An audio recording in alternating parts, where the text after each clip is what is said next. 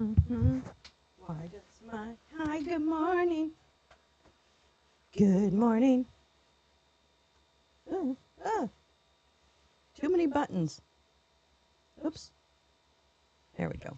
Good morning, easily distracted. How are you? Oh, you're earlier. Okay. You're probably not still here.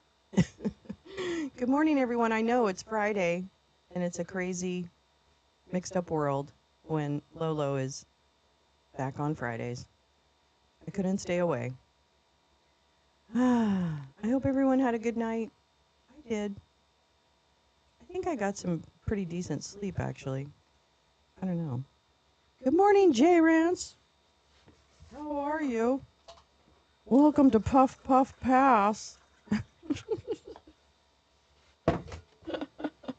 Bonus Lolo. Hey, Neil. How are ya?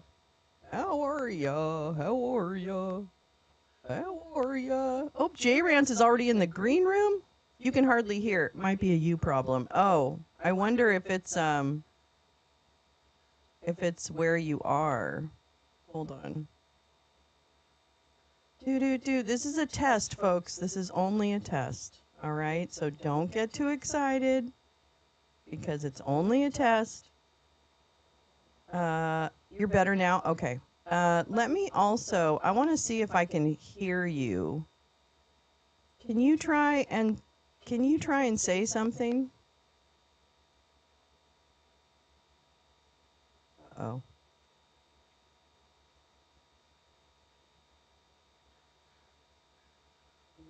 I'm not sure I can hear you. Desktop audio. Monitor and output.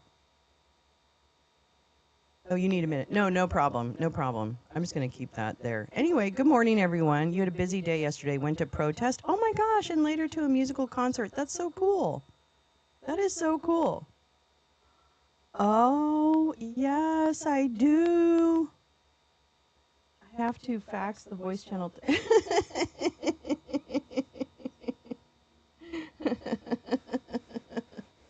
Take your time, Jay. It's not a rush.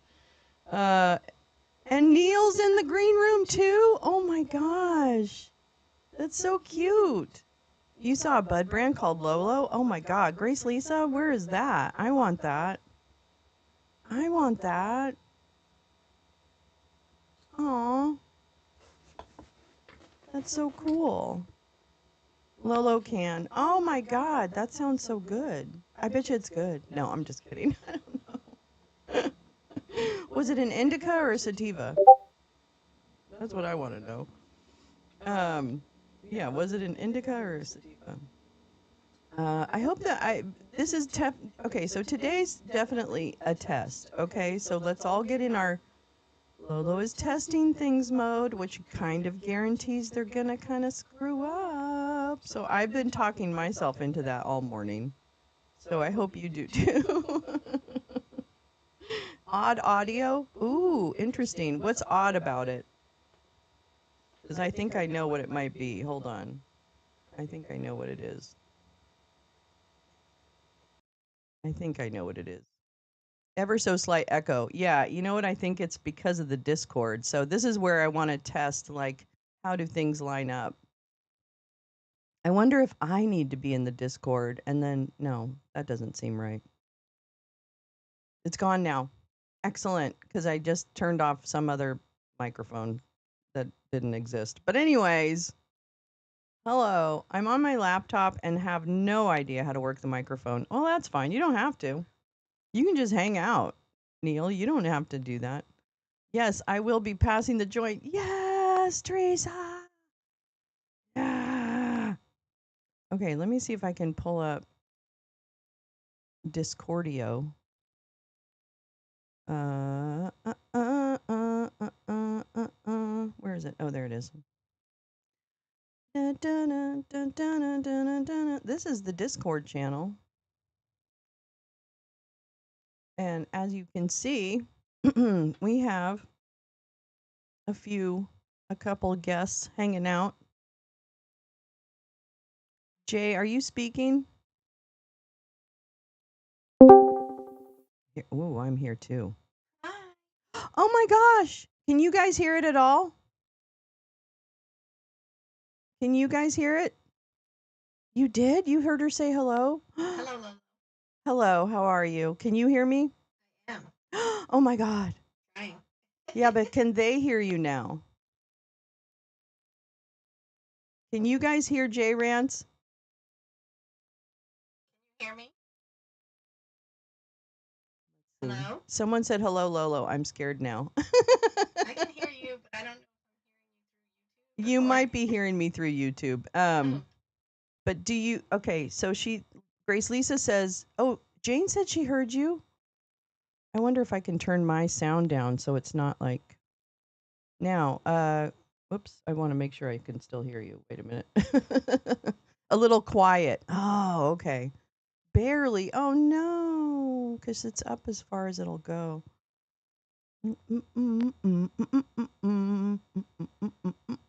Damn. Let's see. I wonder if I. are you there? I'm here. I'm here. Can you hear me? Okay. Can you hear? Okay, yeah, I can hear you, but the only way I can hear you is if I keep YouTube open, Okay, never mind. and then there's a little bit of a delay. Okay. Oh, okay. All right. What about this one? I think this is the problem. Hold on. I think this is the problem. I wonder if that's right. Try again, Jay. Test. Test 1, test 2. Domo Origato, Mr. Roboto. Domo. Is there a call-in option, LOL, on other platforms that sometimes... Domo. There's a delay, so we can do the domos like on delay. Domo. Domo. You heard her? Okay. I just wonder if I need to turn myself down a little bit. Okay, can you, so you can hear her. Did you hear her Domo Arigato? You might need to turn it down a smidge. What? Okay, what about that? Bit of reverb. Oh man, I don't know how to do this. I watched so many videos on this yesterday. I can't even tell you. We can do a talk show. Fred on a car phone. You're on with McLean students. Wait, let me just make sure. I want to see how I'm going to make this work. Damn it, this might be just a bit of a boondoggle. Trying to think of another way. C-SPAN, yeah. Wonder why. I wonder. I wish. Let me just turn that off for a minute. Let me see where this is. Da da da da da da. Wah. Wah, wah, wah, wah. I wonder if that goes through there. Go through there. Does that go through there? Neil, can you guys hear Neil?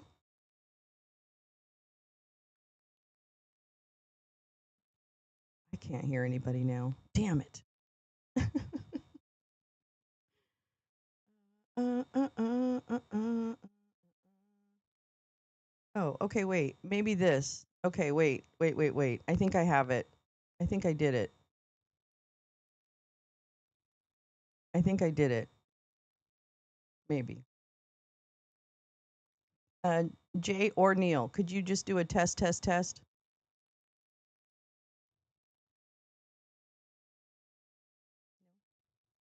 If you want to have the people in Discord hear you with Test. perfect. Sibilance.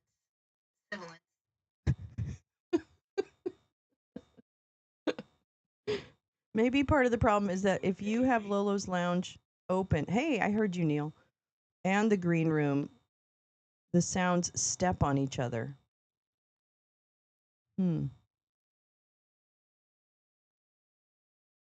I think I need to be in the green room in order for anyone to hear it though. Okay, can anyone, based on those last two comments by the intrepid Jay and Neil, can you tell me if you heard anything? Lolo or J Rance for work. I must have missed that on Wednesday, but that's exciting. I know. Yeah, she is. Ugh. Let's see. Oh man, I really wanted this to work. Okay. Well, I have a different idea. Wait, I have a different idea. I don't think I like that idea, but all right. You guys, I don't think this is going to work for now. I am in the green room. Oh, I wonder if I should do this. I wonder if I should unmute. Yeah, I'm live. Okay, not talking there. Okay, but does that sound any better? Or now is there an echo? You'd probably have to turn off YouTube. Well, I mean, I guess you wouldn't want to. You have to turn the sound down on YouTube. Stop broadcasting to YouTube with sound and do just Discord. Is that plausible? I mean, we could do this on Discord. It just doesn't, it wouldn't be on, well, I know, but I think, yeah, we're going through the growing pains. That Shirt People channel used to air Discord. I know. That's the thing. I'm not sure why this particular setup isn't working. If I'm in the green room and someone speaks at the same time in the lounge, oh no, they're not. But there's only people in the green room, Neil. We're all in the green room, so that's taken care of. All right. Neil says I hear a slight delay. Lolo speaks in the lounge, then it repeats in the green room. Oh, interesting. I would turn your sound down on YouTube, Neil, but have the visual, if that makes sense. I think. But can I have either of you indulge me with just one more test?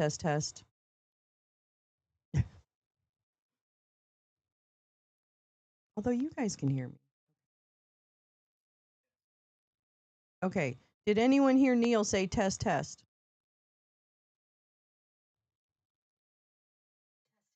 I closed Oh, okay, great. Yeah, that's probably what I need to do is be on here. Hi, Paulina. Oh my gosh. Hi, butterflies. Don't give up. I'm not going to give up. I've got to figure this out because I have to be able to have I want to have this kind of talk show type of thing. I don't even know if I have a microphone. Did it? Yeah, they did. I heard you. You must have a built-in microphone, Neil. No, Jane didn't hear him. Okay, wait. Hold on. Hold on. That means I did something wrong and I know what I did so I can fix it. I know what I did and I know I can fix it. Maybe if it does, oh, actually, you know what? Maybe I'll just do default and then let it do its thing. All right, now we'll do one more test. Test. I heard you. Did you guys hear Jay? I'm really hoping this solved it.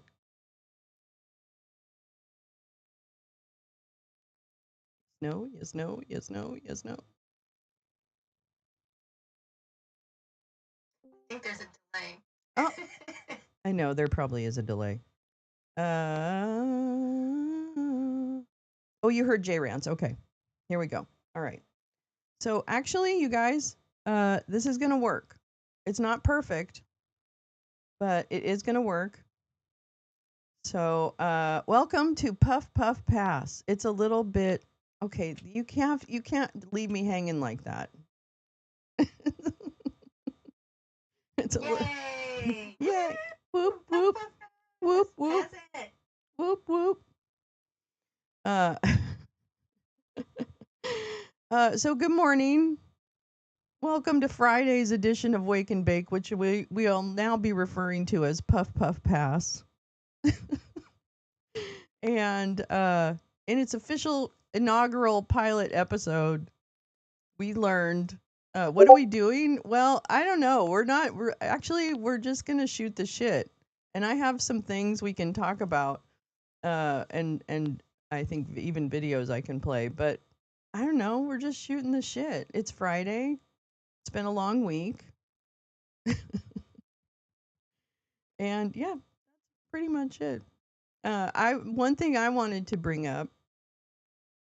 Your voice is not clear. Oh, okay. Well, we'll we'll fix that. I don't know how, but we'll fix it.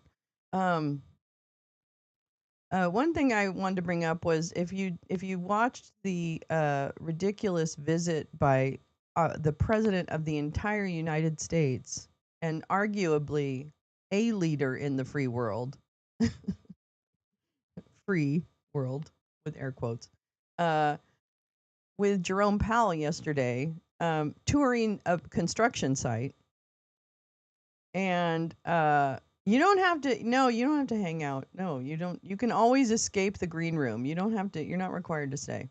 Um, but when he was visiting with Jerome Powell yesterday, he hit him in the back, if you noticed that. And I was like Jerome Powell is not like such a tall guy, right? Like he's not a really tall person, I realized. And it like moved him. It like pushed him forward. It was kind of crazy. I don't know. He It was reminds me of Peter Navarro. yes, he does. He does remind me of Just Peter his looks. Navarro. That's all. Yeah, exactly. No, it's totally true. He does. He's much smaller than I thought he was. Let's put it that way. That Uh was like a humiliation ritual, I oh, swear, for him. a It hundred seems like. percent, 100%. It's incredible. Wanted to make sure because if somehow it's coming out of my computer like super loud, so I wanted to make sure it wasn't too loud. Pal schooled him on how to read project documents. I know, Tom, but at the same time, they really, and then Manny Moe and Jack were standing in front of the White House, and that would be Bill Pulte, Pulte Homes, the guy who builds unaffordable housing, and Russ Vogt, smiling like a fucking cat that ate the canary, and then this other guy, what was his name? God, he was just another pasty white guy, and I can't remember what his name was or what his role was, but he was a real asshole. He was really like, like one of the MAGA kind of guys. First of all, playing the lounge in Discord is awesome because I can listen with the phone in my pocket. Oh my gosh, that's so cool. Project was not over budget. Paper showed a third building that went up 5 years ago. I know. So of course they're looking at the entire. Maybe there was an entire project that encompassed the three buildings, right? But there wasn't. Like it's a normal fucking construction project. And yeah. And then there was all these and then Tim Scott. Oh, that little motherfucker. He is the biggest fucking asshole in the world. He was getting on I think he was probably very rude to Jerome Powell when the cameras weren't rolling because of the way Trump described that he was a much tougher guy than I was on Jerome or whatever. I'm like, "Oh, I can only imagine as what that is." Yeah, I don't know. It just was really depressing. And I felt bad for Jerome Powell, but I don't really care, but I mean, he's still a bloody capitalist, but it was kind of gross. It was just kind of gross. So, anyway, that's my take on the Jerome Powell thing. Oh, and sorry, I didn't finish. The Manny Moe and Jack guys were also trying to basically lie um about the project documents, and they're like they're their numbers, blah blah blah blah, acting like petulant children. Oh, Tim Scott's in charge of the banking committee. That makes sense. He's such a stupid sycophant dick. I can't even. Yeah, he because he has a hard head. So Tommy didn't need a hard hat. They were like, never mind, go in with your big melon. Who cares? How about you and your big melon? Yeah, Powell will not be pushed around. Butterflies, you're right. It's the only person Trump hasn't been able to control. I know. And I guess they're going to push him out in May, which I don't know if that was the typical. I know it was 2026, but I didn't know what month you they're supposed to like go. But he's going in May. Solid as a rock, exactly. Rockhead. That's what I'm going to call him from now on. Rockhead. Hey, Rockhead. Sounds like something from Charlie Brown. Is that what she called Charlie Brown? Trump said he's only going to hire someone for that position that does what he wants him to do. Yeah, it's going to be like he has two people in mind, he said. I don't know which two, but I think one of them's probably Tim because he said it yesterday.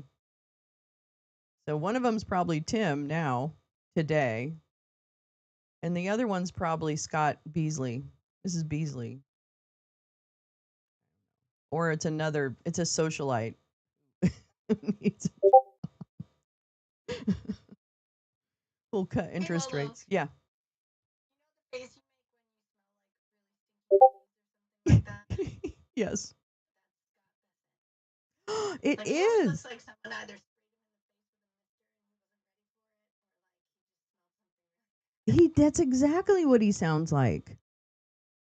Oh my god. Or That's what it looks looks like. like. Sorry, looks like and sounds like. Because he's also like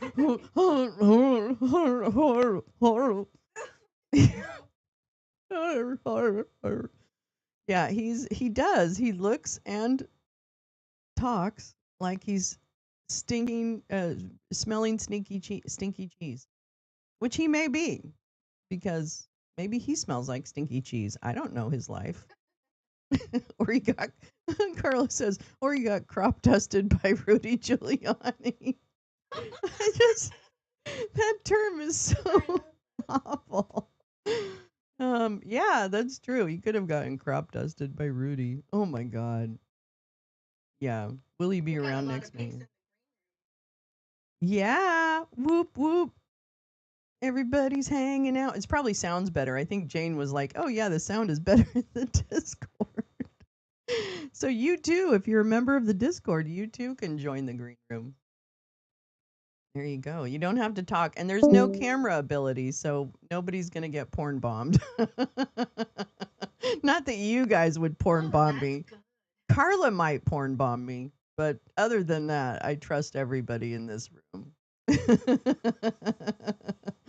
Well, I've been always accused of having an echo chamber and things like that. And I thought, oh, well, it would be kind of fun to be able to figure out for once and for all this fucking voice thing so that I can have some interaction with people. And it seemed really perfect. Like Bobo was like, "You should do that on Fridays. You should have you should have like one like a call-in show or something." Like, yeah, maybe I'll do that. I mean, I was almost scared. Oh, you tried listening in Discord, but you couldn't hear it. Oh, that's weird. None of the people in the administration have experience for their position. That is absolutely true. That is absolutely true. Watch Trump leave for Scotland. Someone asked if people would get a rebate from tariffs. He said, "We have been thinking about that." Seconds later, he said, "That's a great idea." Oh my God. Is that what's going to end up happening? Now he's going to just institute rebates for, oh my Lord in heaven. Oh, our economy is just going to go in the fucking tanker. I can't even. I don't want people to get unemployed. I do not. Oh man. Well, yeah. I think I think Jerome Powell will hang in there. I have a piece actually. Hi, Just Dan. How you doing? Um, what do you mean, like who? Wait, what did I say? Watch Fox News backbencher. Wait a minute. Who's that? Who's the Fox News backbencher? I have a piece of hockey tape over my laptop camera lens so no one can spy on me. That's I actually can't see great. the chat. I can't see chat. Oh, I mean, not Neil. on YouTube. Oh, yeah, Neil said that. Oh, pull up YouTube or I don't know, you probably can't, but if you can, pull up YouTube and just silent it and mute it. Then you can see the Okay. chat. I mean, I'm not telling you what to do. I would never Please do. tell me I what to do. would No, I like that's great. I like being told. well, I mean if it's helpful. Yeah. But no, I'm not trying to tell you you must open chat, but it's fun to see chat. Scared straight by Dateline baby cams. Yeah, exactly. That's right. What are those Nest cameras? When the Nest cameras kind of. Oh, Neil, are you there? Can you hear me, Uncle Major Tom? I was gonna say Uncle Tom, but not Uncle Tom. Major Tom. Can you hear me, Major Tom? Maybe not. Oh, you hear me? Okay. I can't hear you though. He might get off ramp you. Yeah, it's true. It's true. I've never really. No, you don't need to. No. Hey, listen. If you're in the green room, you're not required to speak. No, I'm sorry. Let's make sure we are very clear. No, you're just fine. Nobody needs to do anything. No, don't be a hero, Billy. I have audio off at the lounge, up in the green room. Ah, okay. Yeah, that's good. That's the perfect combo. We'll figure this out. I'll do some more troubleshooting because I don't think I have it exactly perfect, obviously. The Scottish people want Trump to reimburse for the expense of the police department while he's there. Oh, well, good luck. Good luck with that, Scotland. Let's see. What was the other thing? A few things. Let me bring up topics. Okay. Uh, uh, uh, uh. To tell you how haunted the Oh, Stanley wait a Hotel is minute. real quick. Oh, God damn it. Yes. Oh, my God. You guys. Because I So, do have to probably of bounce from course. No, I want you shortly. to. Thank you. Thank you. Thank you. Thank you. Thank you. Okay. J Rance is here to tell you about her time in the haunted Stanley Hotel, aka the Shining Hotel. All right. Go for it.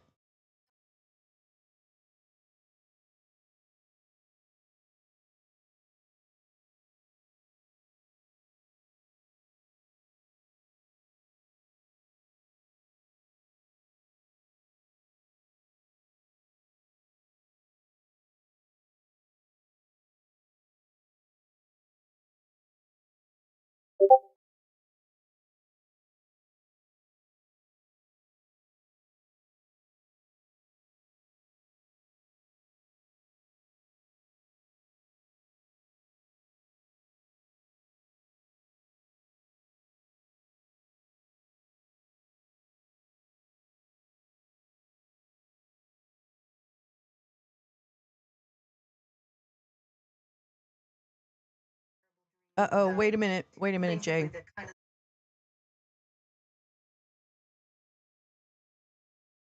Max says she's not getting your audio. God damn it. Okay, hold on.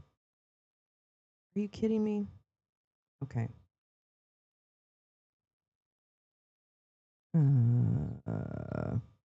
Well, how did it work should I just a minute? talk? Yeah, you can. Let's see.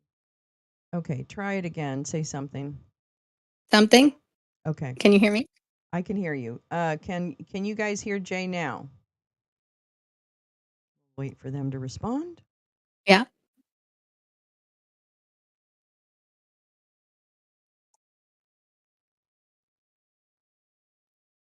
Oh, you heard someone. No, Neil, you're in the Discord. Oh, Dan said he can hear you. Okay, all right, so he can hear you. Oh, Okay, I'm gonna you be guys can quiet. hear me? Please tell your story. Thank you so much. Okay, I'll be quick though. Um, okay, so okay, people can still hear me. I'm assuming I can't see the chat still, but Yes. anyway, Yes. so the Stanley Hotel is kind of in the mountains in Estes Park, and Stephen King was traveling and needed a place to stay, so he stayed there in like this purportedly a room where a tragedy happened one time back in the early 1900s, I guess. and this woman was lighting gas lamps in the room and they exploded, and then she fell through the floor, and it was like a bad thing, but she lived, and then she lived the rest of her life in that room or something. I don't know, it was weird. So anyway, he stayed there and had a bad dream and woke up in the middle of the night, and that was the dream was his idea to write The Shining. So anyway, so that's the whole thing about the room. They call it the Stephen King room, but it's supposedly haunted by a woman who used to work at the hotel. And while we stayed there, we heard we there's a book kind of on the nightstand with little pieces of paper and notes from all the people that have ever stayed in that room and what they experienced. And the stuff that you read online is like people get their feet tickled, they feel like they're getting tucked into the bed. Things will move, your things will pack themselves. Like you'll come back and your stuff is packed, like stuff like that. So, Oh. so when we were staying there, the bathroom door opened on its own twice. Once while my cousin was using it, and then it was just opened on its own, just out of nowhere. Creak, and opened up like, uh-oh. What? And my other person I was traveling with had two of her things moved. Her cell phone was taken off the charger, and then she found it on the other side of the room in the next morning. And while we were getting ready to go to dinner, her hairbrush like ended up in her suitcase, but it was just on the bathroom counter. So at one point, I heard music. It sounded like a big piano band or something like playing downstairs. But below that room is an empty ballroom. And it was so creepy. I was like, did you guys hear that music? Nobody heard it. But anyway, I know this sounds crazy, but we Oh, it had some doesn't. experiences. One of my cousins had a bad nightmare. Before we went to bed, I was like, please, no bad dreams. Thank you to the ether. And she was like, give me all the bad Well, she had bad dreams and I didn't. And that was our experience, but it was fun staying there because they do tours. So sometimes there would be a tour of the hotel standing outside the door of the room, and we would like jiggle the handle or go rad ram through the door. Just to make it fun for everybody. But it was a cool hotel. You don't have to stay in that room. If you go to visit, you can stay anywhere or even just take a tour during the day. It's a beautiful property. It's a beautiful like area, and I highly recommend it. So that's my story. That's a great story. I actually really I enjoy that. I think those are like Yeah. legitimate, like the brush thing. That's fucking like there's very little explanation for that type of stuff. I do I believe know, in that was weird. I totally believe in spirits. I totally believe that there's energy. I don't know why, because I don't believe in God or any of that. But I do believe in like, kind of like lingering kind of deep memories, or I don't know. I mean, I can't explain it, obviously, but I believe it. I'm kind of torn between like, there is science and smart people and physics and whatever, and that say that all of time is happening at once, and that there's dark matter that we don't understand, and things, I don't know, think energy can't be destroyed, and so many things that make me think like maybe it's not like ghosts coming back from the past or whatever, but maybe there's just like synchronicities or things happening on multiple in the multiverse or whatever, and we sometimes see through the veil or something like that. I know that sounds crazy too, but there's science about it. And it's fascinating to me. I think it makes a lot of sense, frankly. But yeah. So Oh, that's that's my fun. story. Well, thank And you for that's it. sharing That's all I that. got. What? What? Wait, what'd you say? Oh, I said, so that's my story. That's all I got. I think I'm going Oh, to go back so I can chat.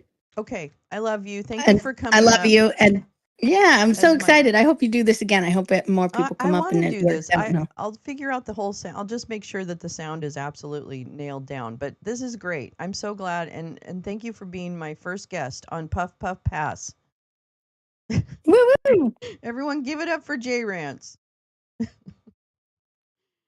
Bye. Love you. I love you. Oh well. Yes. Oh, did you? Yes, you do hear J Rance, but she's gonna scoot on and get on with the rest of her day and get back into chat. But this is great. We had our first talk show guest. Well, kind of, whatever. Call-in show. Uh, my days of passing ended with COVID. Yeah, no, it's a metaphorical puff puff pass. It's not a real one. It's not a real one. Yay, J Rance. I know. How amazing. But yeah, oh, sure, mate. And your guys are welcome to come in, hang out in the green room. You have to turn your YouTube sound down and listen in through the Discord instead, but you still can experience both if you want. And you don't have to speak. I don't even have the camera option for you, so you don't even like, have to, you won't mistakenly hit your camera on, so don't worry about that. It's pretty secure. And yeah, no, I thought we'd try something. I get asked a lot by, well, no, I don't, but I get asked once in a while, I should say, by people, oh, you are such an echo chamber. Why don't you ever debate anyone? And I'm like, well, I don't really want to debate, but I will definitely talk stuff out, or whatever, or whatever. So I thought I'd try it. I'm feeling like I'm ready to try something like that. But yeah, so we'll keep refining and stuff like that. Uh, Also, I do have stuff both to show and to read to you today, so we can also start conversations through that kind of stuff. Bam, bam, bam. Let's see. Let me get one more thing in here. One more thing in here. La la la. Oh, that's really big. That's really big. J Rance, J Rance. Discord a little smaller. I believe my daughter used to tell me she wanted to go upstairs in an old home we lived in so she could talk to her friends. Oh my God, Teresa, that would freak me out. But, my daughter did a similar thing where one day we were in Florida where we lived, and she was like 2 years old, and she was playing over like in the corner. And, in Florida, you have these like tile floors. And so she was over by the window kind of playing. And then I was like cleaning the floor, mopping the floor or something. And she stops what she's doing and she looks at me and she says, "Mom, she's talking to you." And I'm like, "What do you mean? Who's talking? What are you talking about?" And she said, "Yeah, Grandma, she's talking to you." And I'm like, "Holy shit." And so, because my mom died a month and a half before my daughter was born, I would listen on Discord, Lee, and just mute the whatever, mute the YouTubes, but you can still chat. I love you. And it was such an amazing moment, right? Because my daughter really didn't know, well, obviously didn't know my mother, but I talk about my mom a lot and stuff like that. So I know it's in her head too. But it's just interesting that she stopped. It wasn't really typical of her to kind of like, she was a very focused, like she would just keep playing and not get distracted. So I thought it was interesting. And I'm like, I choose to believe that my mom is in communication with my beautiful, uh, my beautiful daughter. So that's the way I'm going to choose to believe it because I think that energy feels good, actually. Carla says it might be cool to have a space in Discord sometime because less people control hate listen. Depends on the topics to be discussed. Yeah, it's true. I wouldn't mind using I love this concept of Discord.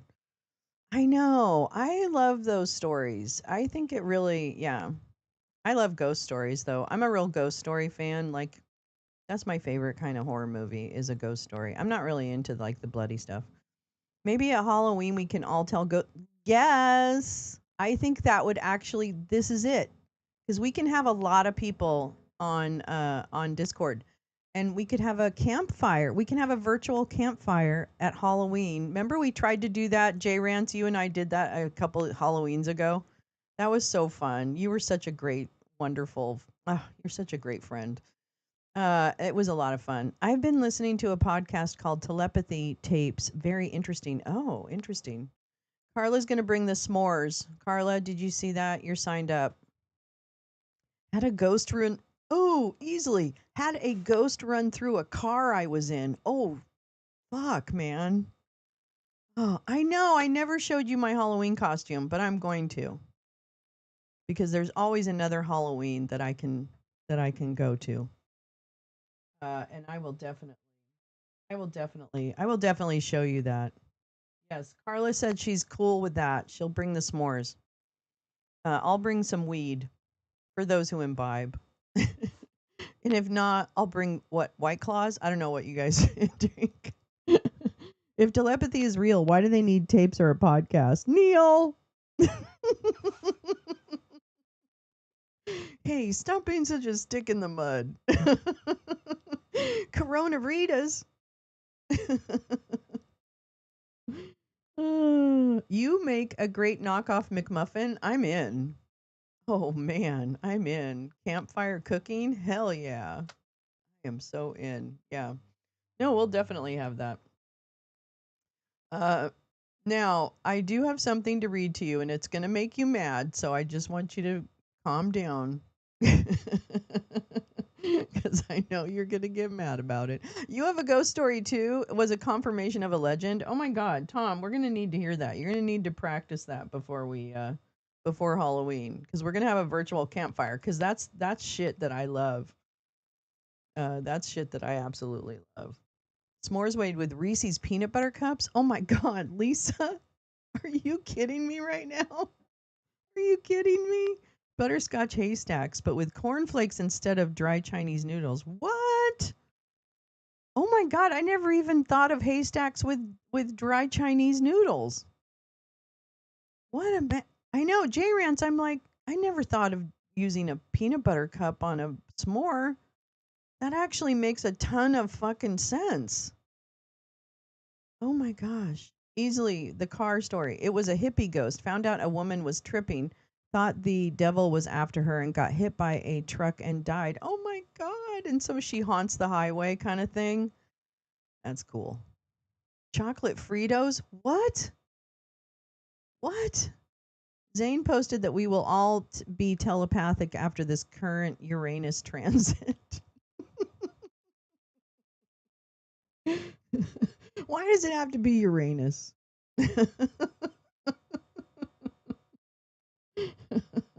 Why? Why? Why is it always Uranus? Why is it always Uranus? Yes, bring that, Jane. I tried some awesome mojito Schweppes from Poland. I like mocktails as much as cocktails. Yeah. Mojito Schweppes. Does that mean like it's not alcoholic, but it's like the taste like a mojito, Jane? Seriously? Seriously?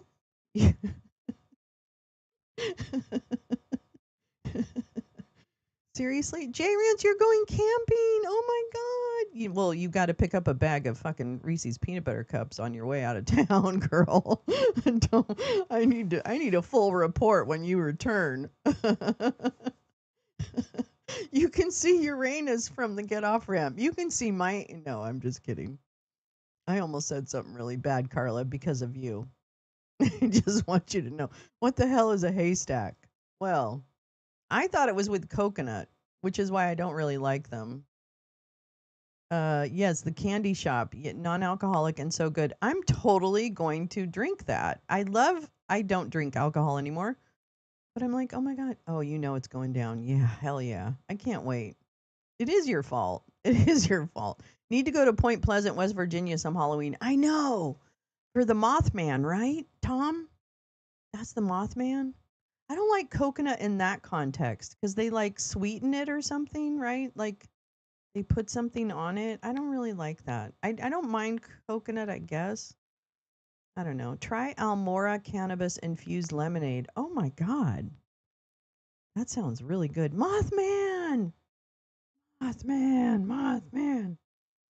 Um remember we watched that movie and it ended up being like super sad and we were like, "Wait, we were just here for the fun horror movie part, not the really sad like my wife is dead part." Yeah, have a good time, J Rance. I love the flavor, but not the texture. Yeah, I think that's me too. I think that's me too. And I just don't like when they make haystacks out of that. No, nope, nope, nope. I don't know. Or is Schweppes? I'm gonna try. Oh, is this Schweppes U.S.? I don't know. Blame it on Carla. Huh? I love all coconut. Okay, Neil. Okay, fine. Like, when do we stop chewing coconut and just give up and watch it? Hmm. Oh my god. There's both sweetened and unsweetened coconut flakes. I use the unsweetened in homemade granola. Okay, that would be good, Karen. That would be good. I never actually even I mean I used to make my own granola, which was very good, but it was always very greasy because I think I probably put too much butter on it. You know what I'm saying? Like, I don't know how you guys do your granola, but I think I probably overdid it on the fat. Schweppes is British, but maybe they distribute different products. I don't know. Or who are they? Have they? I always assume people have been bought by other companies, and now they're probably like, you know, a Chilean company. I don't know, a Maldivian company. Fresh coconut is so good. The soft stuff, coconut juice milk is good and refreshing.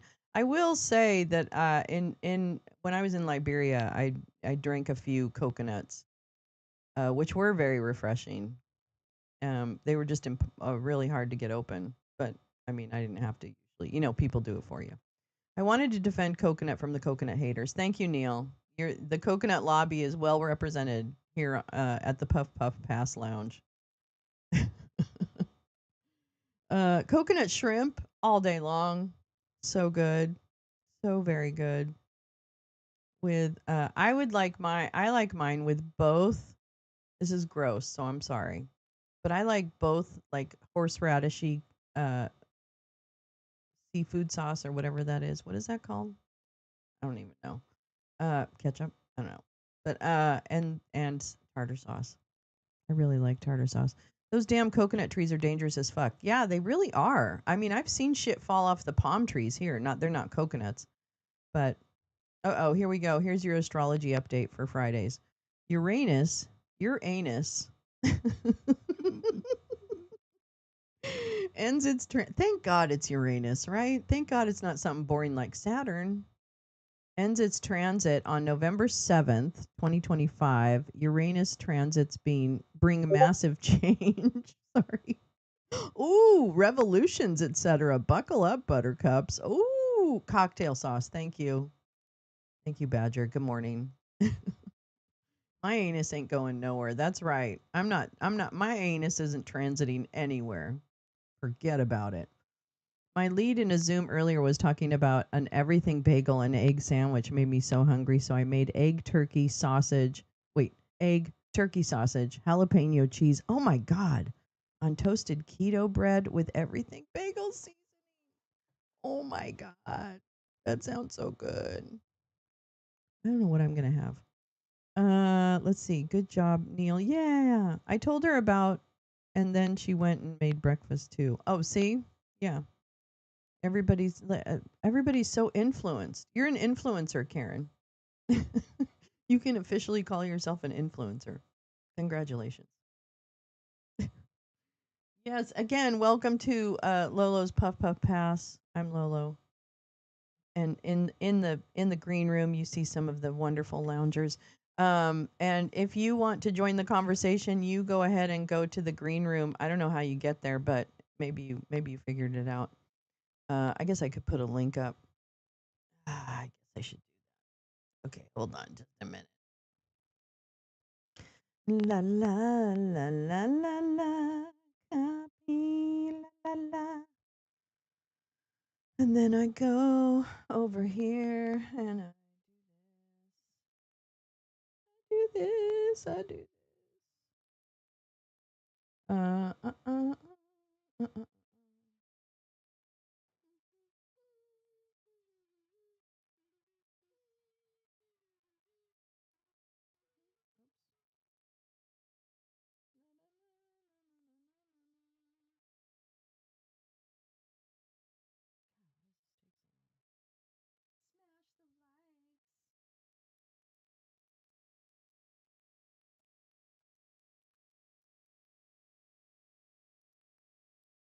Here we go.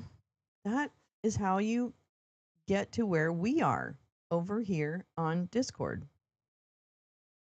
Smash that like. Breakfast tip. You can use egg beaters in an egg poacher. Oh yeah, I mean I of course you probably could, huh? That would make sense. Lisa, put Democrat and rainbow signs all over your yard until the house sells. They might not want to live next to you either.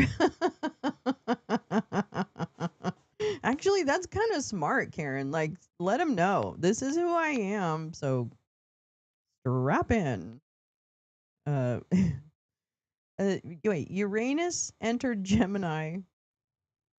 God, Max, are you doing this to me on purpose? On July 7th, marking the beginning of a period of significant change and disruption. Wait, Grace Lisa, you guys, my neighbors said their house sold their house. I live rural and I'm anxious about what will show up next. Fingers crossed. No dumpy fans.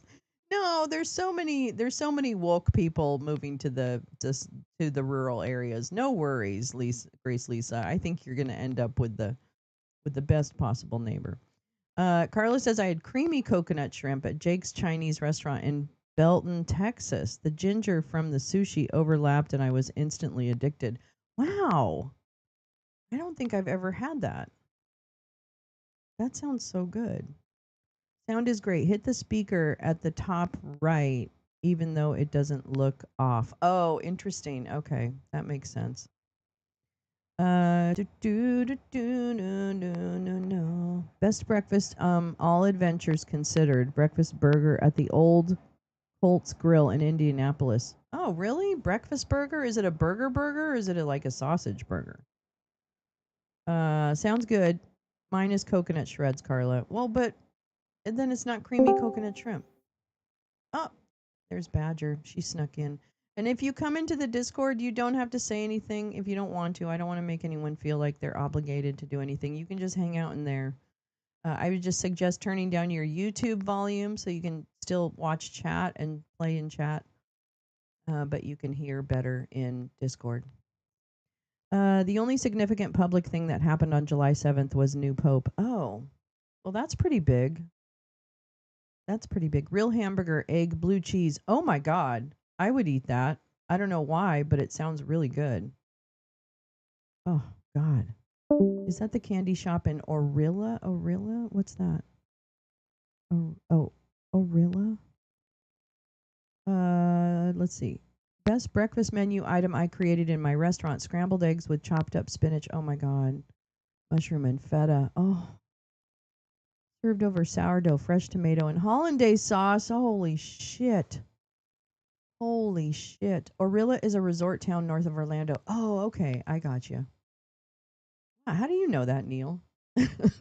You're from Canada.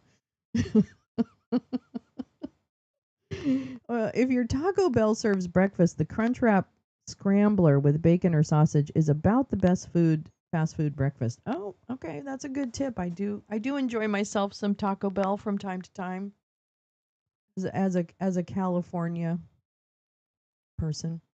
Let's see. Oh, you're back. Badger's back in chat. Back in chat. Back in chat. Okay, I should read this because I think it's interesting. Jane, thanks. Don't know if they have outlets in Montreal. She'll have to look at my local candy stores. You guys are talking about candy stores? I thought that was a joke. And now you're really talking about them. Yay, Badger. All right. I have not read this yet, but this is a topic I'm kind of curious about, which is the AI. I'm awake, sort of. I'm out of town, though I'll be in and out. I love this concept. Yes, this is just the pilot episode, gal. There will be so many more. And we can do whatever, like we can do special things too, where maybe you and Jim come up and you know what I mean? Like we can do really fun things.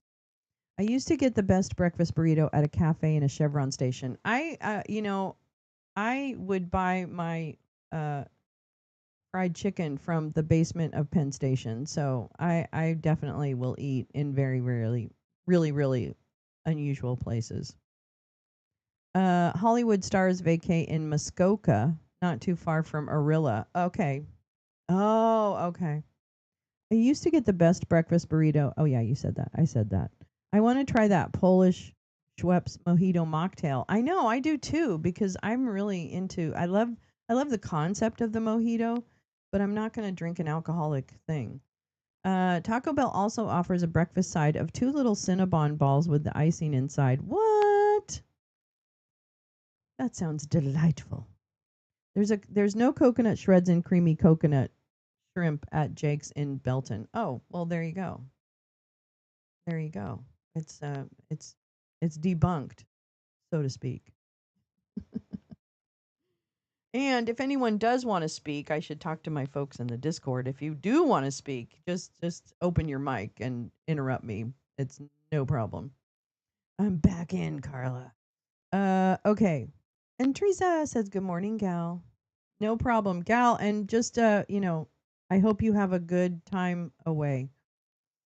You can add a hash brown patty to a sausage biscuit for fun. Hell yeah. There's no laws against that, Grace Lisa, is there? And it's delightful. All right. This is actually Brian Marchant is this is his Substack.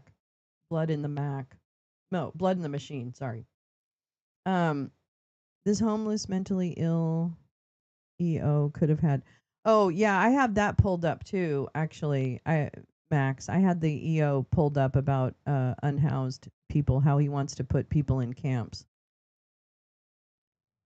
Uh, it's just so much worse. Yeah, would you, Just Dan? Would you please drink a live mojito for me? Didn't Tim Hortons have a breakfast biscuit? Neil. Oh, that's a question for Neil. Did Tim Hortons have a breakfast biscuit? Why is that so hard to say? Don't Goldie Hawn and Kurt what's his name have a cottage in Muskoka? What? How do you guys know this random stuff? They do? How do you know that? I think that's so cute. Okay. I'm going to read this piece from yesterday by this guy, Bryant Merchant. Blood in the Machine is the name of his Substack. Trump's AI action plan is a blueprint for dystopia. Oh, they vacationed there for decades. I mean, that's a great love story, don't you think? That's a really great love story. Yeah, well, I guess he doesn't know what he's signing, butterflies, but boy, sometimes it feels like the cruelty is him. Word gets around in a tiny little country like Canada. I know, it's such a quaint country. That's the word that comes to mind, quaint. The president is trying to give Silicon Valley nearly everything it wants at a price. All right, I've officially spent too much time reading Trump's 28-page AI action plan. Oh wait, hold on, let me move this over. There. Oh, nope, that's not where I want you to be. I want you to be over here. Yeah. Okay. I've officially spent too much time reading Trump's 28-page AI action plan, which I haven't read yet either. Not looking forward to that. His three new AI executive orders, listening to his speech on the subject, and reading coverage of the event. I'll put it bluntly, the vibes are bad, worse than I expected somehow.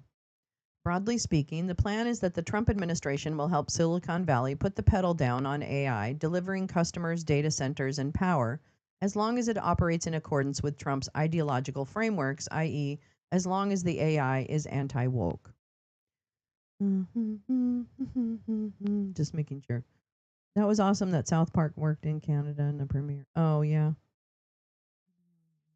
Yes, exactly. More specifically, the plan aims to further deregulate the tech industry, penalize U.S. states that pass AI laws, although that one was removed, speed adoption of AI in the federal government and beyond, fast track data center development, fast track nuclear and fossil fuel power to run them, move to limit China's influence in AI, and restrict speech in AI and the frameworks governing them by making terms like diversity, inclusion, misinformation, and climate change forbidden. There's also a section on American workers that's presented as protecting them from AI, but in reality seeks to give employers more power over them. It all portends a much darker future than I thought we'd see in this thing. In his speech, though not in the plan itself, Trump advocated for excusing AI companies from copyright laws so as to better compete with China in comments that echo a key Silicon Valley talking point. Before we dive into the nuts and bolts of what's being proposed here, I want to pause to consider a few questions. Like, what does it mean that this AI plan was unveiled just a week after the Trump administration dissolved half of the Department of Education? Why is it that after gutting the nation's funding for science across the board and expressing hostility to clean tech like solar panels and electric vehicles, is Trump willing to earmark funds for AI research and development? Why is a widely anti tech Trump administration so enthusiastic about this technology in particular? One reason is sure that his administration has close ties to Silicon Valley. Elon Musk, Mark Andreessen, Peter Thiel, Palmer Luckey, and David Sachs and their stores of cash helped deliver him the election. Sachs, a bigwig venture capitalist, is now Trump's AI czar and one of the authors of the AI Action Plan. Another author is Michael Kratsios, who was the managing director of Scale AI, recently absorbed by Meta, right up until he took the job as chief technology officer to the president. But it's even more than that. As J.D. Vance was early to recognize, AI dominance promises power. It promises technology that can surveil, automate, bring workers to heel, and create cheap and voluminous propaganda.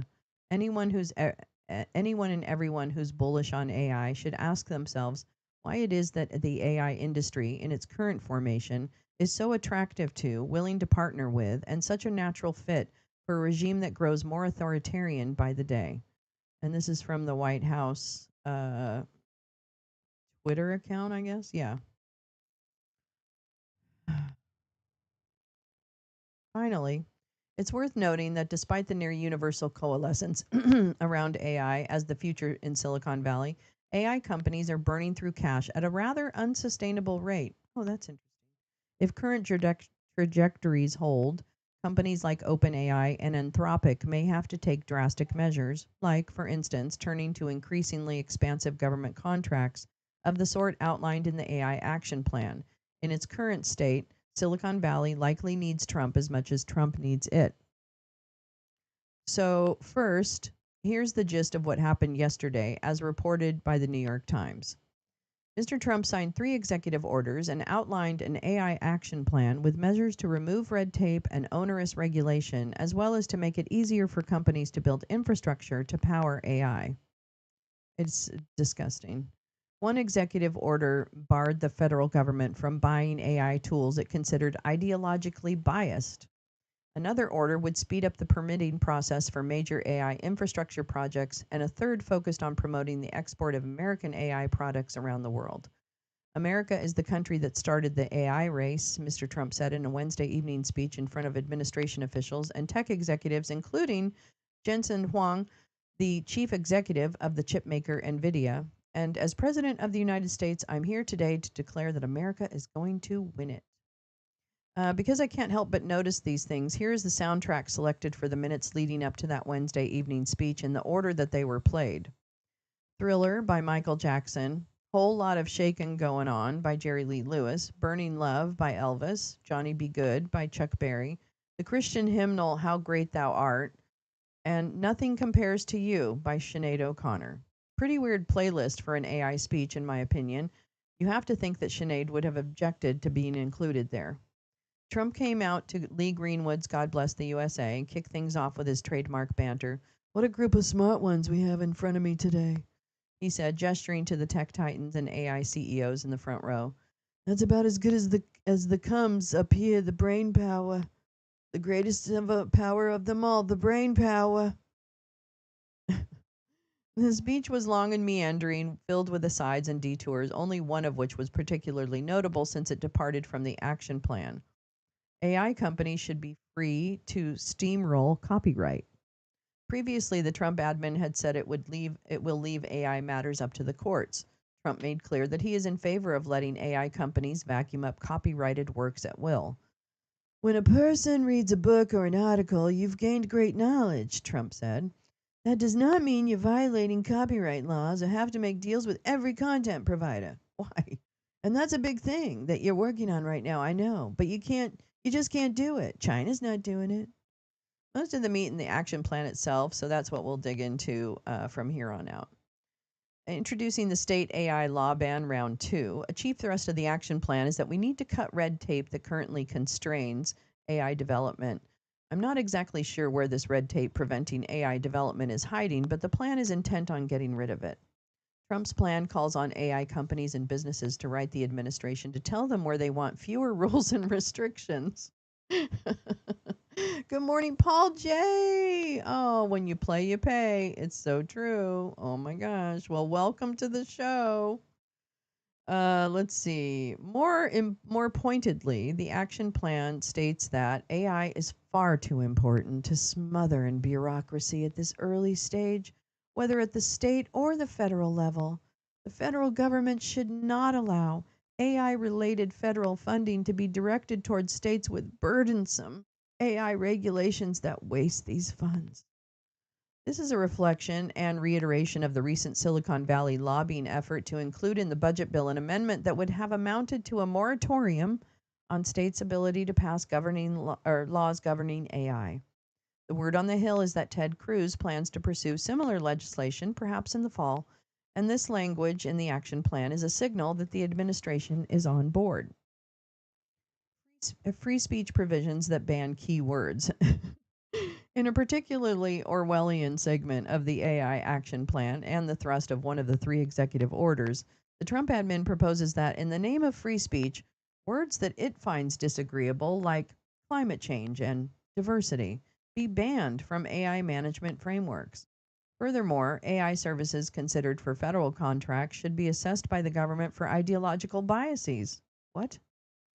Also to ensure free speech is protected. From the plan itself. Through the National Institute of Standards and Technology, revise the NIST AI risk management framework to eliminate references to misinformation, diversity, equity and inclusion, and climate change. Update federal procurement guidelines to ensure that the government only contracts with frontier large language model developers who ensure that their systems are objective and free from top down ideological bias. Clear the way for more data centers and for more of the power plants needed to power them. I know. I'm just making sure I didn't miss anything huge. You guys are funny. This one's pretty self explanatory. Create streamlined permitting for data centers, semiconductor manufacturing facilities, and energy infrastructure while guaranteeing security. AI will require new infrastructure, factories to produce chips, data centers to run those chips, and new sources of energy to power it all. Sorry, I forgot my voice for a minute. America's environmental permitting system and other regulations make it almost impossible to build this infrastructure in the United States with the speed that is required. Wait, what? Factories. That's right. Okay. Additionally, this infrastructure must also not be built with any adversarial technology that could undermine U.S. AI dominance. The plan outlines a number of ways that Trump wants to make it easier to build out data centers faster and for energy companies to wipe away regulatory or environmental hurdles to build out new gas, nuclear, and even coal plants. The plan follows Trump and Pennsylvania Senator Dave McCormick's announcements of $70 billion worth of energy and AI investments in the state for a new spate of data centers and the plants needed to power them.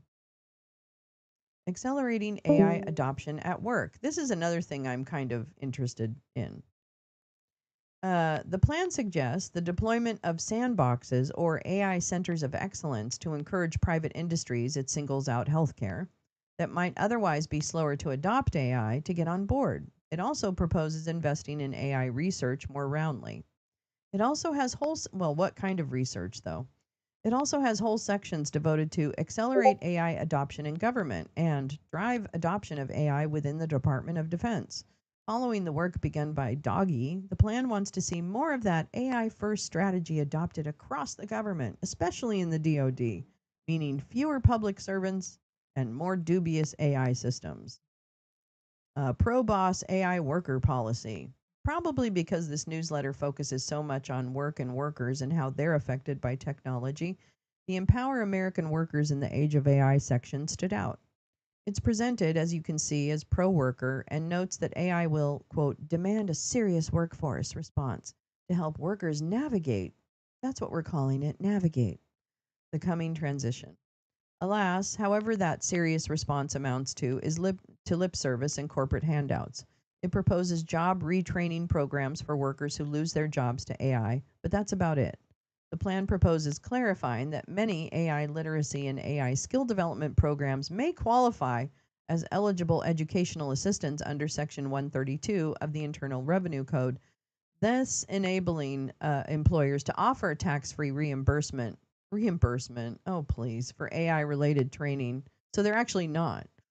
So basically, tax write offs for offering AI trainings, another direct benefit to the Silicon Valley firms offering such products.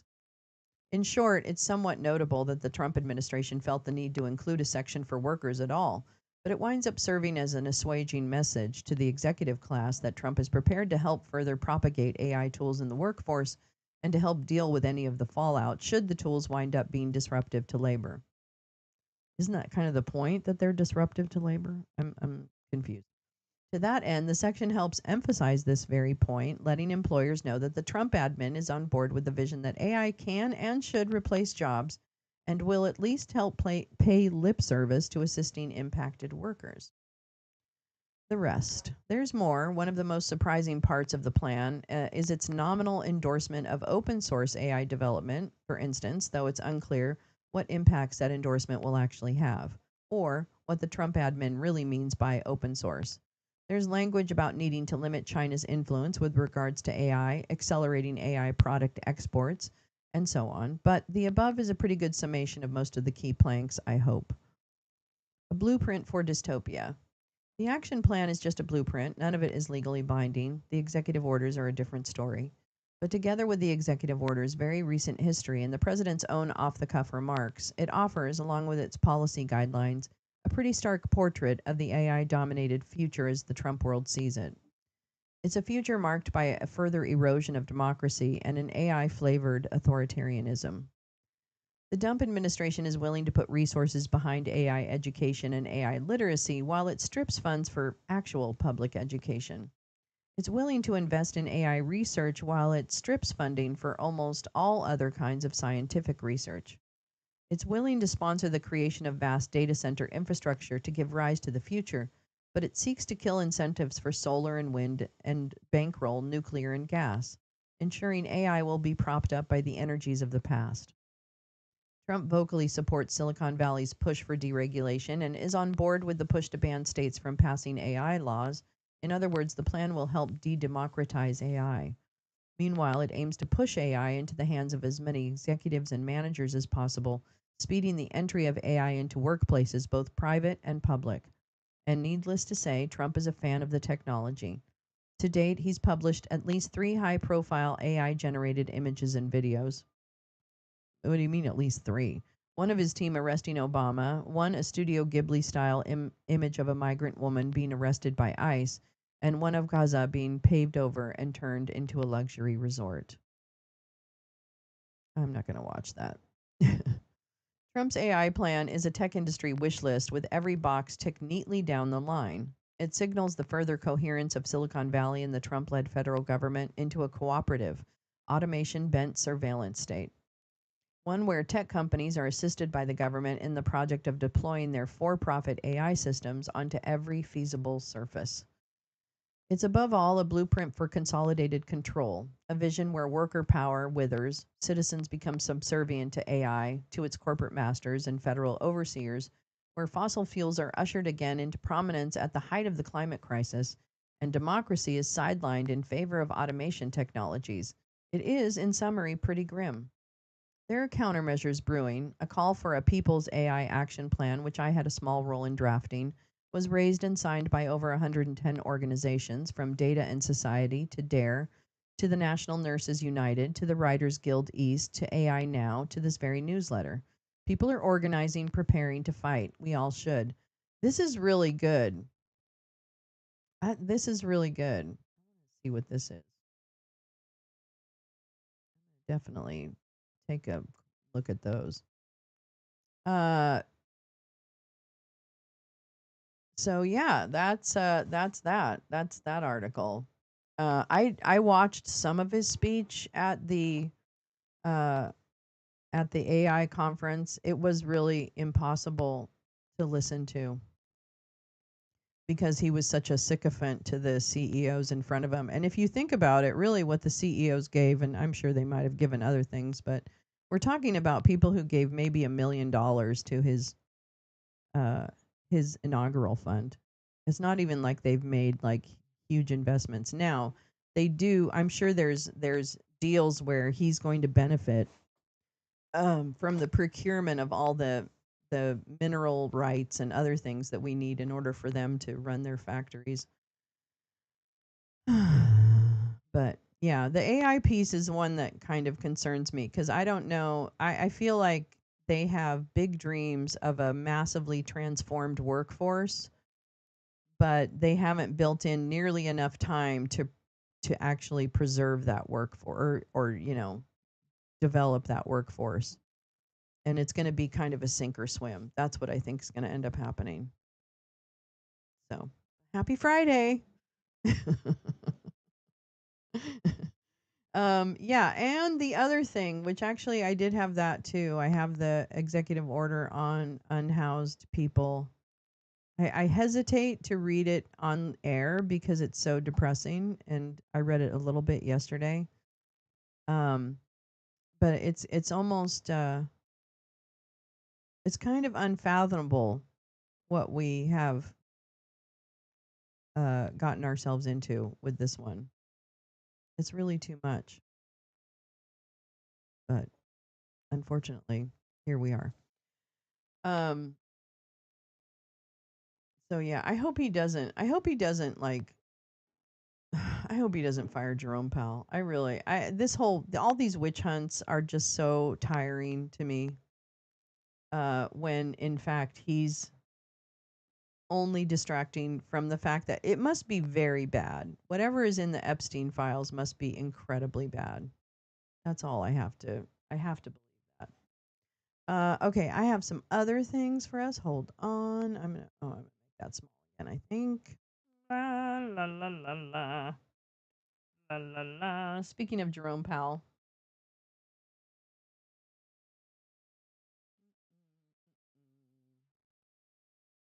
they want zero interest because rich people live off loans. Yeah, exactly. That's why they want lower interest rates.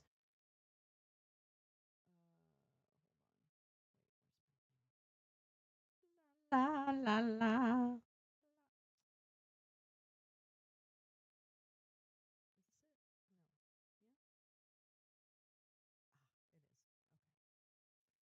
All right, all right.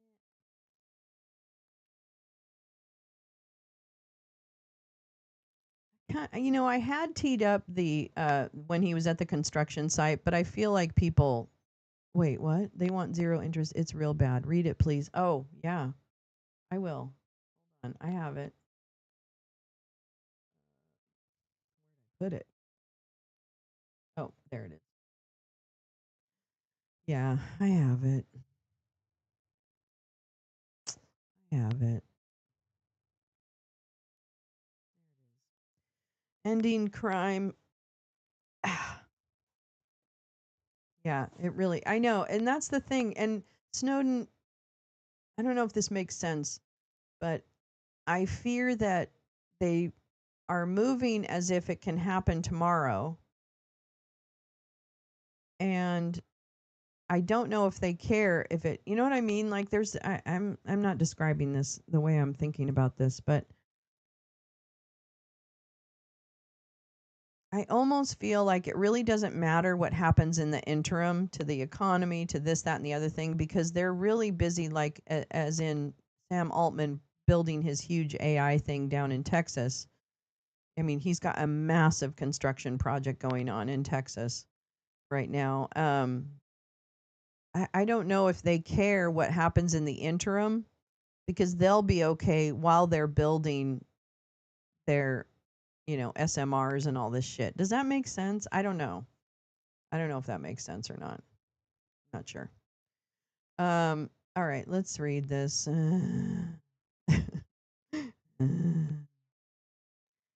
Makes me so sad. Sad, sad, sad. All right. Here we go. Let's see. Oh, you can kind of see it. All right. I'm not going to read some of it. I will skip over just if it's stupid language. It doesn't matter.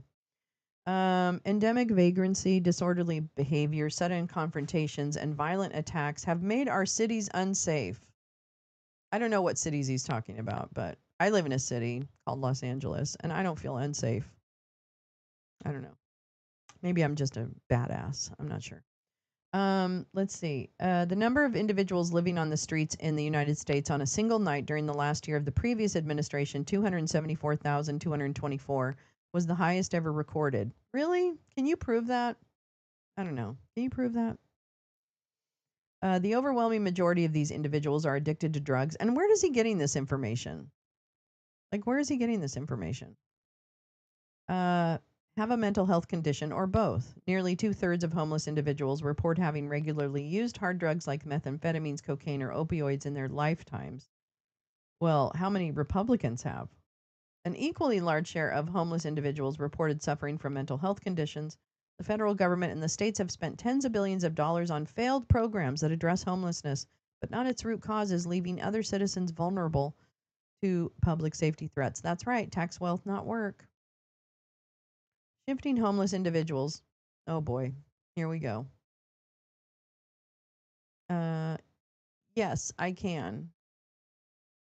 I can. Just a minute. Just a little tiny baby second. There it is. And I'm gonna send it right now. I'm gonna pin it. I pinned it. Pinned it. Okay. Okay, here we go. Oh boy. Shifting homelessness. I know. SMRs are about controlling you. Oh. Oh, that sounds deep. That sounds deep.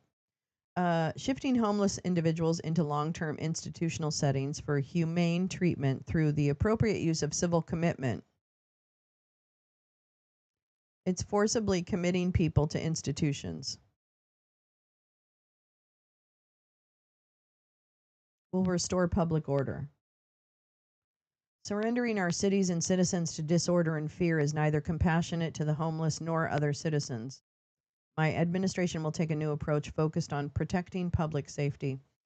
Restoring civil commitment. The Attorney General, in consultation with the Secretary of Health and Human Services, shall take appropriate action to number one, seek in appropriate cases the reversal of federal or state or state or state or state judicial precedents, reversal of federal or state judicial precedents. That's the part that got me.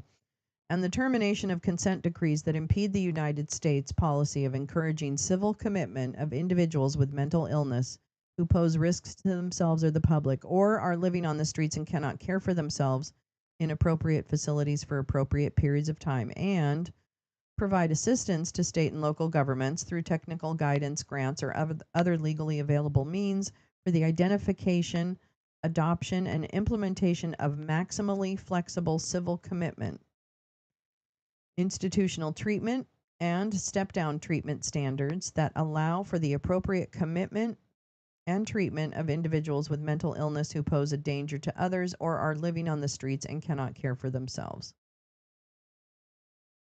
Yeah, thank you, Ronald Reagan. Fighting vagrancy on America's streets. The Attorney General, the Secretary of Health and Human Services, the Secretary of Housing and Urban Development, and the Secretary of Transportation shall take immediate steps to assess their discretionary grant programs and determine whether priority for those grants may be given to grantees in states and municipalities that actively meet the below criteria to the maximum extent given by law, permitted by law. Enforce prohibitions on open illicit drug use. Enforce prohibitions on urban camping and loitering. enforce prohibitions on urban squatting. Enforce and, where necessary, adopt standards that address individuals who are a danger to themselves or others and suffer from serious mental illness or substance abuse disorder who are living on the streets. This is RFK Jr., don't you think, Max? Isn't this the camps that RFK Jr. talked about? Um, through assisted outpatient treatment or by moving them into treatment centers or other appropriate facilities via civil commitment or other available means to the maximum extent permitted by law, or substantially implement and comply with, to the extent required, the registration and notification obligations of the Sex Offender Registry and Notification Act, particularly in the case of registered sex offenders with no fixed address, including by adequately mapping and checking the location of homeless sex offenders. Haggard in the house. You have TDS off to the, yeah, exactly. Yes, Max.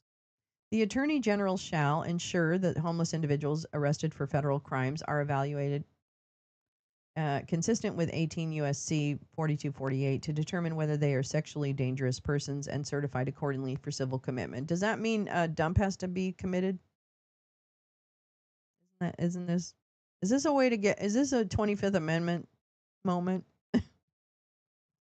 Take all necessary steps to ensure the availability of funds under the Emergency Federal Law Enforcement Assistance Program to support, as consistent with 34 USC 50101 at sec blah blah blah encampment removal efforts in areas for which public safety is at risk and state and local resources are inadequate. Haggard. Let's see. What else is this? Assess federal resources to determine whether they may be directed toward ensuring, to the extent permitted by law, that detainees with serious mental illness are not released into the public because of a lack of forensic bed capacity at appropriate local, state, and federal jails or hospitals, and enhance requirements that prisons and residential re-entry centers that are under the authority of the Attorney General or receive funding from the Attorney General require in-custody housing release plans and, to the maximum extent practicable, require individuals to comply. Oh boy. Redirecting federal resources toward effective methods of addressing homelessness. The Secretary of Health and Human Services, yes, harm reduction works. Yeah, it is really wrong. The Secretary of Health and Human Services, Brainworm Bobby, shall take appropriate action to ensure that discretionary grants issued by SAMHSA, which I thought they had totally gotten rid of, but maybe they have like a storefront. Substance Abuse and Mental Health Services Administration, who do a lot of, or all of the, uh, yay, um, who do all of the, uh, what was it?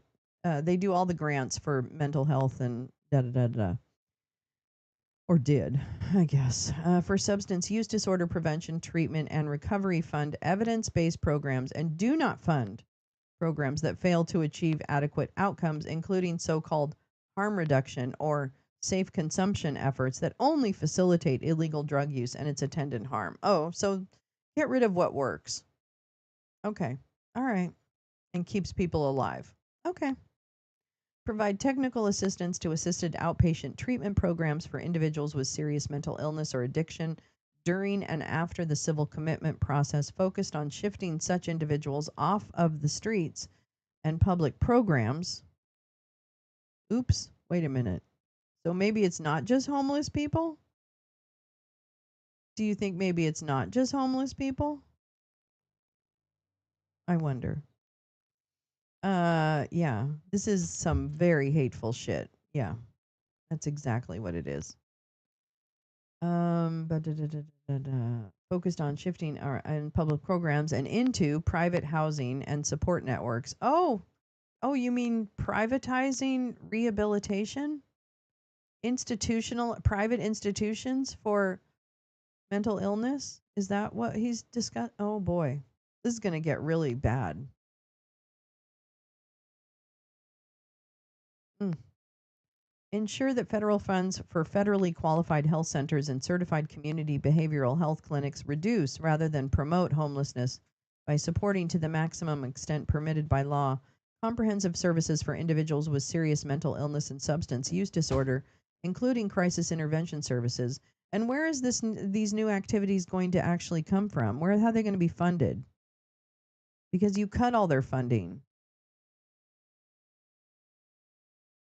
I mean, really. I know they do. You're right, Grace Lisa. They think empathy is a defect. They already tried to designate Trump deranged. They did. You're right, actually. Oh my God. Um, terrible. Let's see. Da, da, da, da, da, da, da. Oh, the Attorney General shall prioritize Hey, available Lola, funding. Yes, dear. I have an answer. They're going to fund it with tariffs.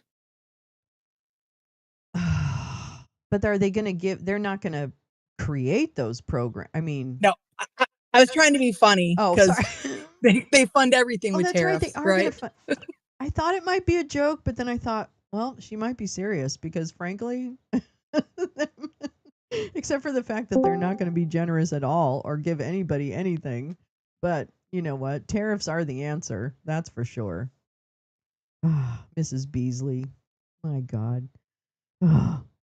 Let's see. What else have we got here? Section 5, increasing accountability and safety in America's homelessness programs. The Secretary of Health and Human Services and Housing and Urban Development shall take appropriate actions to increase accountability in their provision of and grants awarded for homelessness assistance and transitional living programs.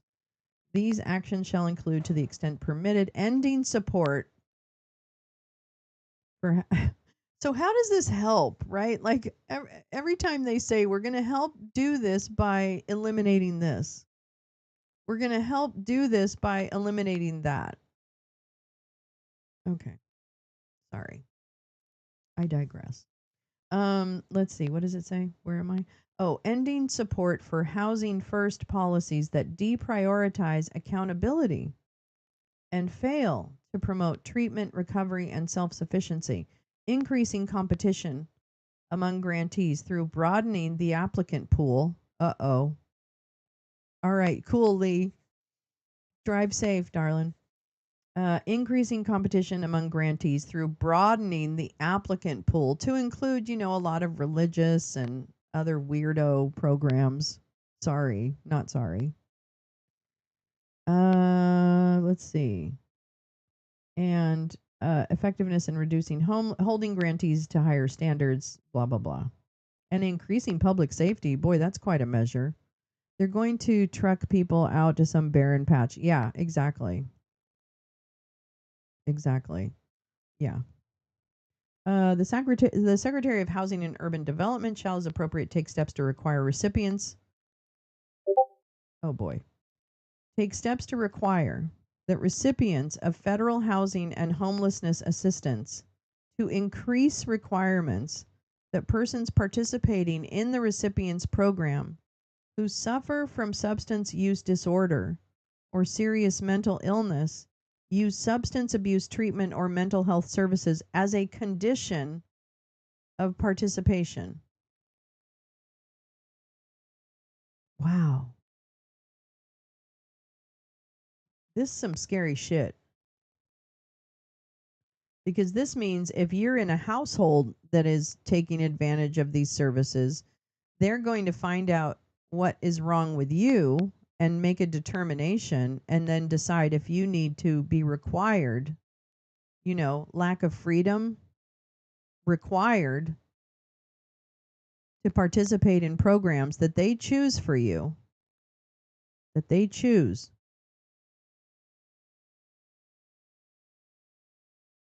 Just read that flights out of Alligator Alcatraz have started. Sorry if you talked about it earlier. I have not. No, I haven't checked the news.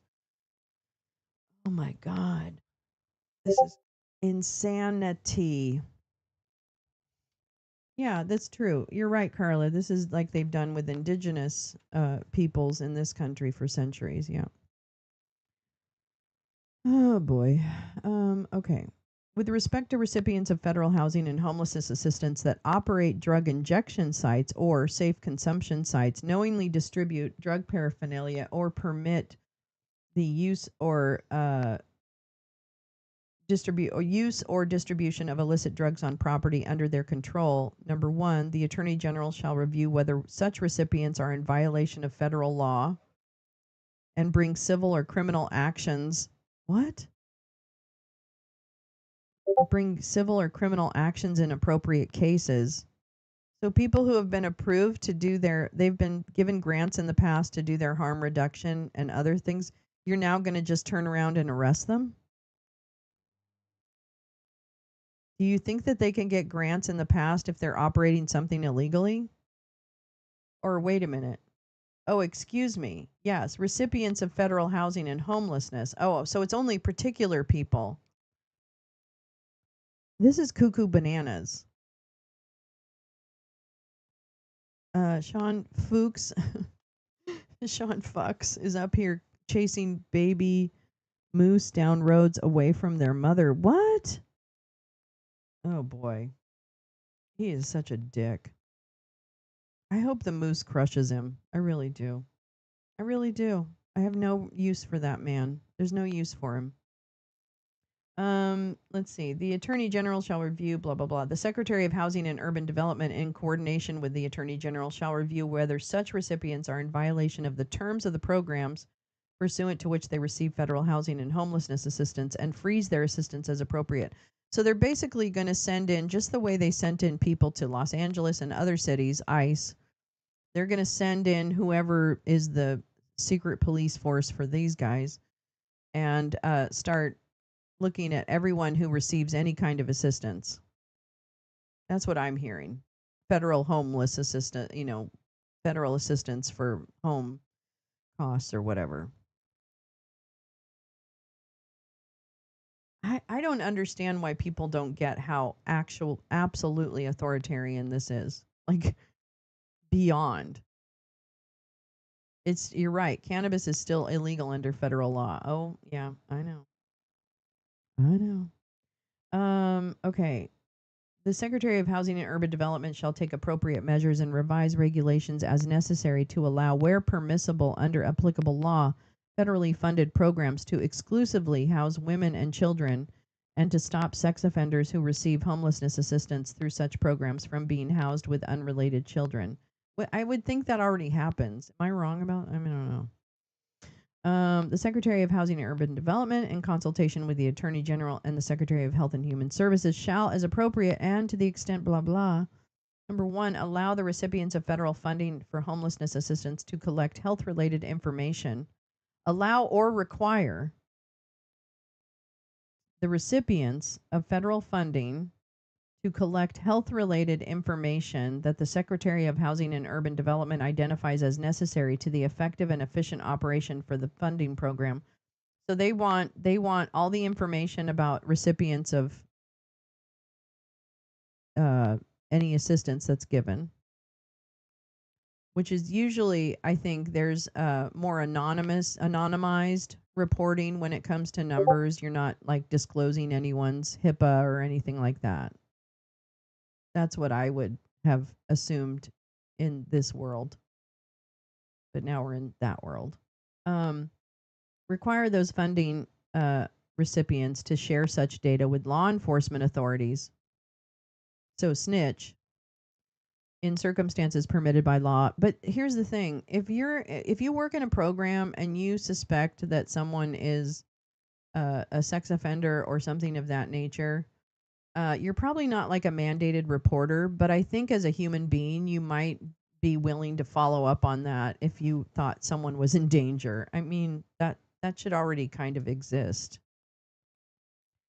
But this is require those funding recipients to share data with law enforcement in circumstances, and to use the collected health data to provide appropriate medical care to individuals with mental health diagnoses, or to connect individuals to public health resources. Well, that sounds all pretty and nice, but I think what they mean is have them committed. That's what I'm based on everything that came before this. Let's see. General provisions, nothing in this order, blah, blah, blah, blah. Nothing about this affects the authority granted by law to an executive department or agency or the head, the functions of the director of office and management and budget relating to budgetary administrative or so it doesn't apply to him. Oh, shall be construed to impair or otherwise affect Russ vote. It shall be implemented consistent with applicable law and subject to the availability of appropriations. It's not intended to create any right. Da, da, da, da, da. The cost for the publication of this order shall be borne by the Department of Housing and Urban Development. Wow. Wow. That's terrible. That's absolutely horrible. What a terrible place sometimes. How embarrassing this country is. Really. Let's see. I've got other things. I've got more. I've got more. Yeah, yeah, yeah, yeah, yeah. That's kind of boring. Let's see. Is this any bit? No, that's kind of this. Oh, well, this is the AI action plan. I wonder if I need to read this.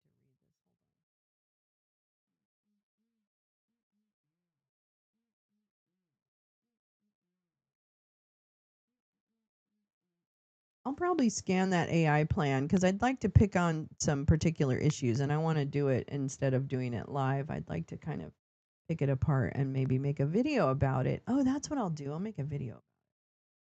Sounds good. Let's see this. Oh, this is one I wanted to read. It's good to have the yeah. Well, this is I missed Fridays actually, to be honest with you. So I think even if I wasn't gonna do a talk show, I'd probably come back on Fridays. Scuba Val.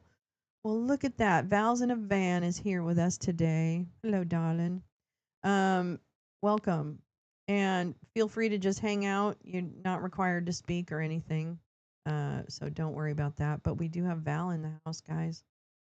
Kind of cool. Kind of cool. Okay, so this is my pretend boyfriend, Craig Unger, who's not my boyfriend. He doesn't even know I exist. But I really love him. And he has written extensively about Trump's ties to Russia and the Putin. And he knows a lot about Trump because he studied him from in the back in the 80s forward. So now that I have this down, can I do this on Monday instead of at the bad place?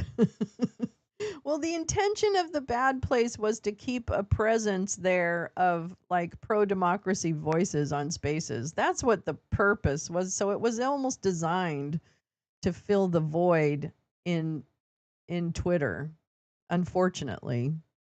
But I could probably do this with the Twitter space. I don't know. I'll have to figure it out. I don't know. I think it's still going to be the delay is going to be the issue there, but I could be wrong about that. I don't know. We'll see.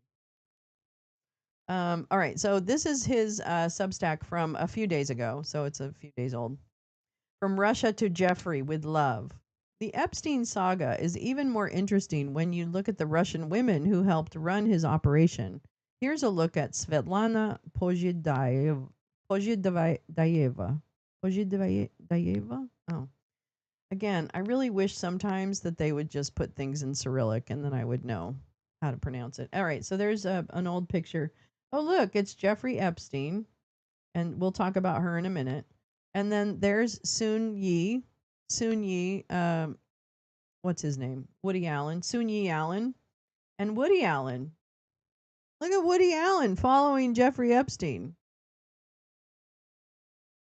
Crazy picture. All right. A different kind. This is Lana Pozhidayeva. This is who we're going to talk about. Lana. You can see her. Yeah. Okay. As long as everyone is raising a hullabaloo about Jeffrey Epstein again, I thought I might as well chime in with what I think is the most overlooked part of the Epstein saga, namely his ties to Russia. Let's start with one of his most accomplished assistants, a woman named Lana, as in Svetlana Pozhidayeva, a striking young Russian multi-hyphenate, scholar, model, women's empowerment activist, and tech entrepreneur who had ties to both Epstein and his not so esteemed friend and colleague, the late Jean Luc Brunel, who owned a modeling agency and was later convicted of sex trafficking. I wrote about Pozhedayeva at length in American Compromise, How the KGB Cultivated Donald Trump and Other Tales of Greed, Corruption, and Treachery, which is an excellent book from which this piece is adapted. In addition, Pozhedayeva was investigated by the Daily Beast in 2019. Raised in a Moscow apartment complex built for staffers of the NKVD, the Stalinist precursor of the KGB, Pozhedayeva was educated at the Moscow State Institute of International Relations, the prestigious academy run by the Ministry of Foreign Affairs that is a training ground for Russian diplomats and intelligence officials. Reputed to be the most elite university in the country, MGIMO, as it's called, I guess, has been dubbed the Harvard of Russia by Henry Kissinger because it has trained so many figures in Russia's political, intellectual, and financial elite. According to the Italian edition of Maxim, Lana gave up a promising tennis career at the age of 16 to become the youngest freshman at McGimo, where she graduated with the equivalent of summa cum laude, having mastered along the way French, English, Italian, and Spanish, as if she were on course to join the foreign ministry. Oh, there she is. Svitlana.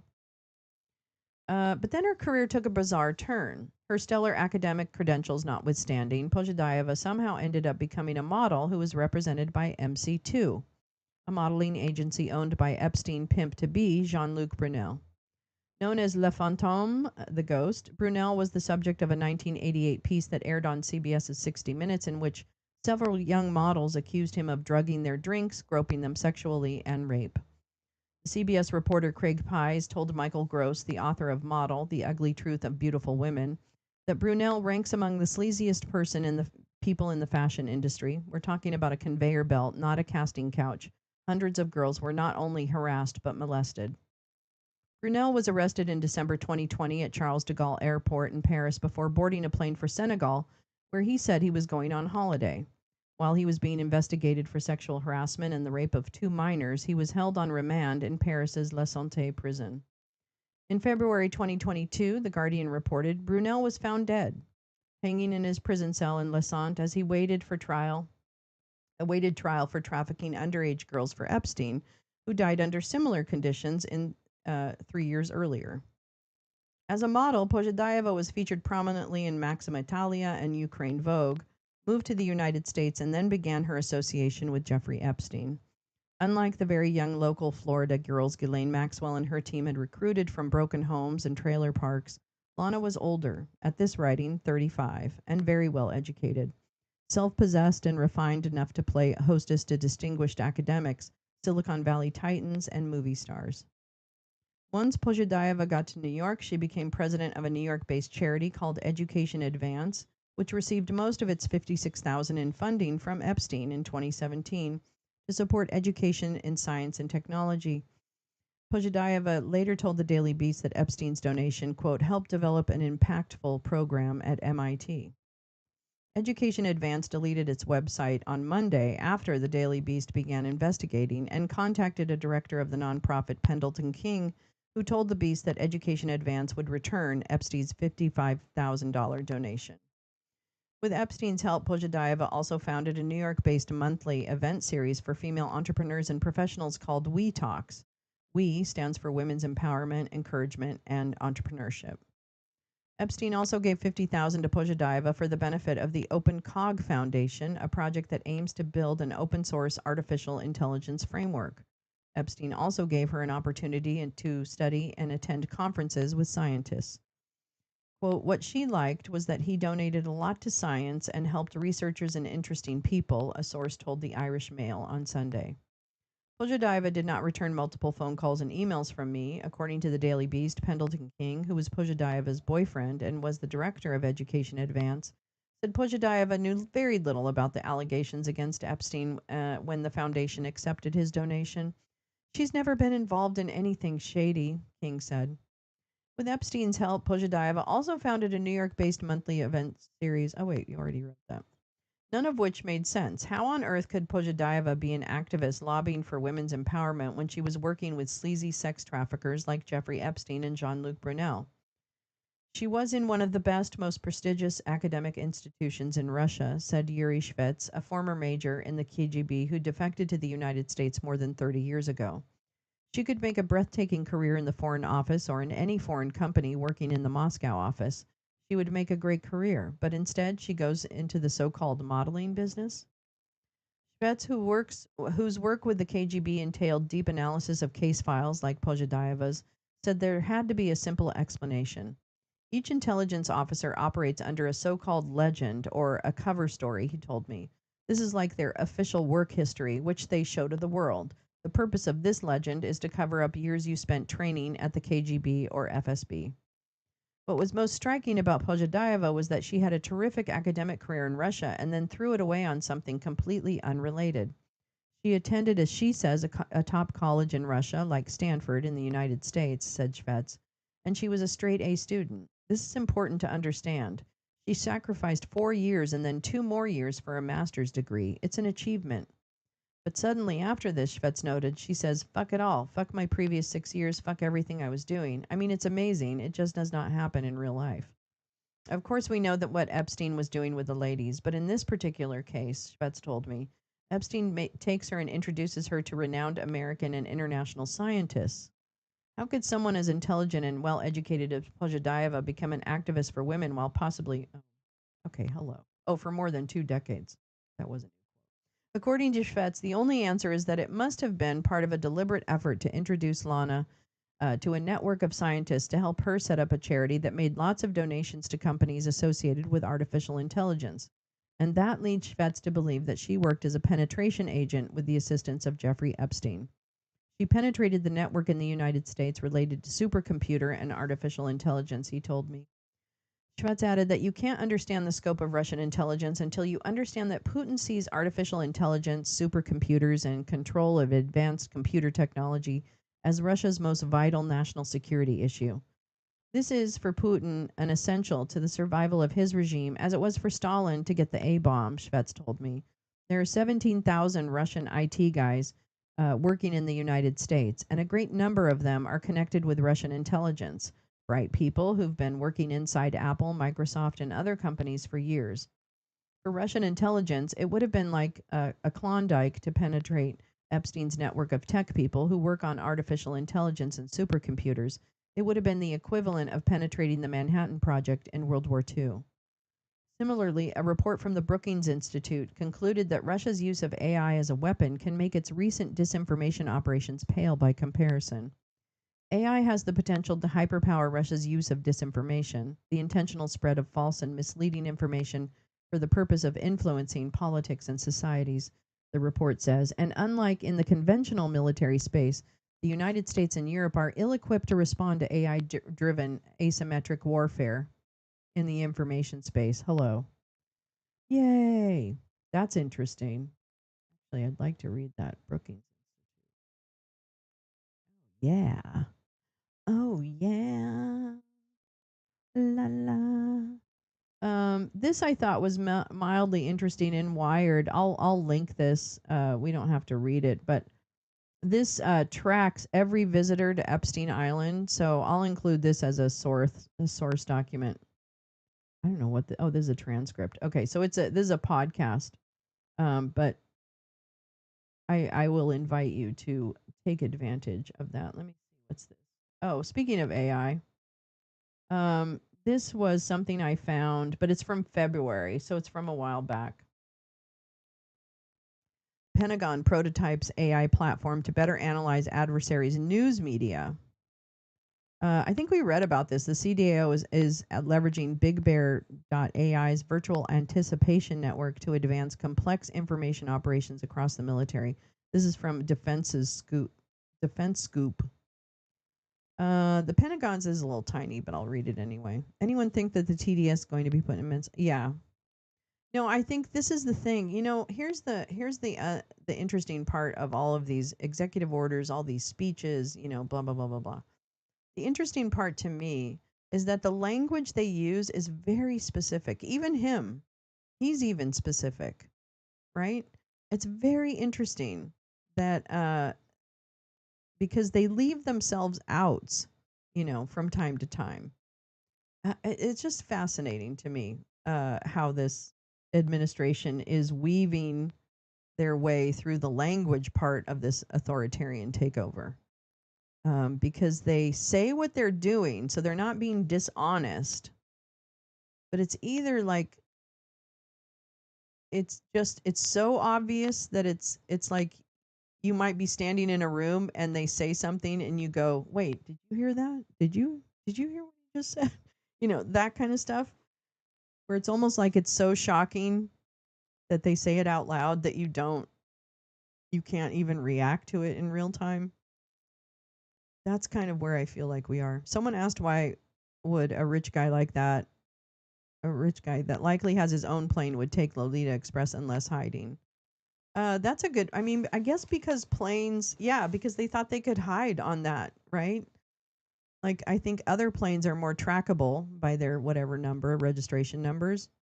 So I could see where if you thought you had security from being discovered, that you might take the chance to be on his plane. You know what I mean? I don't know. I don't understand it myself actually because I'm not a criminal.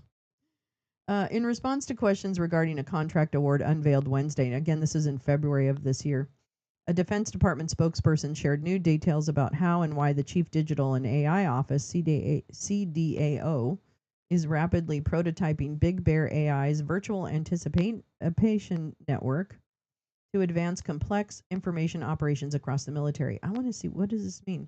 The machine learning tools and datasets within Vane could help identify the relationships between datasets over time to inform senior leader decisions and provide key strategic context to DoD decisions, the spokesperson said Thursday. They adopted this to leverage this. They opted to leverage this platform to improve internal capacity. Blah. Okay, yeah. I'm just seeing. Okay, so Vane was originally developed in partnership with the DoD's Irregular Warfare Technical Support Directorate. In April 2024, the company received awardable status to offer the tool on the CDAO Tradewinds Solutions Marketplace. Any federal government entity can view, contact, and negotiate and enter into a procurement with the available awardable vendors on Tradewinds, the spokesperson told Defense Scoop. The new contract for CDAO-led pursuits marks a successful transition from a research prototype to an operational prototype. I wonder if this program is still doing it, is still happening, because it was started in 2024. So part of me wonders if it's even still, as of now, happening. That would be interesting. Okay, I'll link that one as well. But I just thought the AI piece was interesting because the other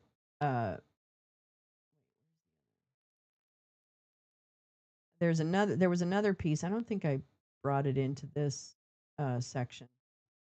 There was another piece I was looking at that talked about the contracts that have just been given to the other AI companies around, Department of Defense. If you remember, we talked about the $200 million investment, and I don't know.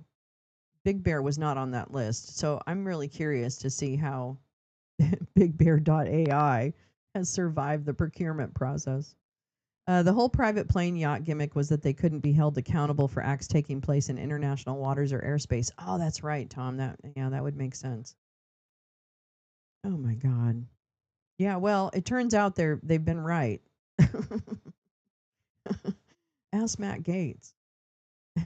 I mean, really, the protection of rich people is just entirely mind blowing to me that we allow that to happen. I don't know. All right. Well, I think this has been a very good test of a first puff puff pass.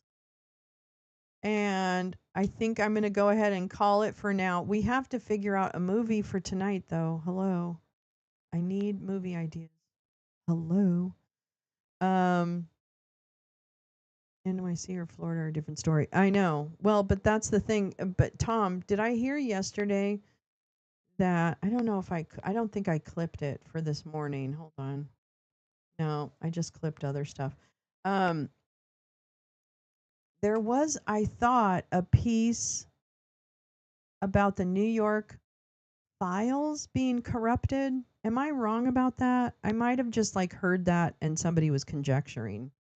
But I really thought that I heard that there was something about the evidence in the New York cases that was compromised.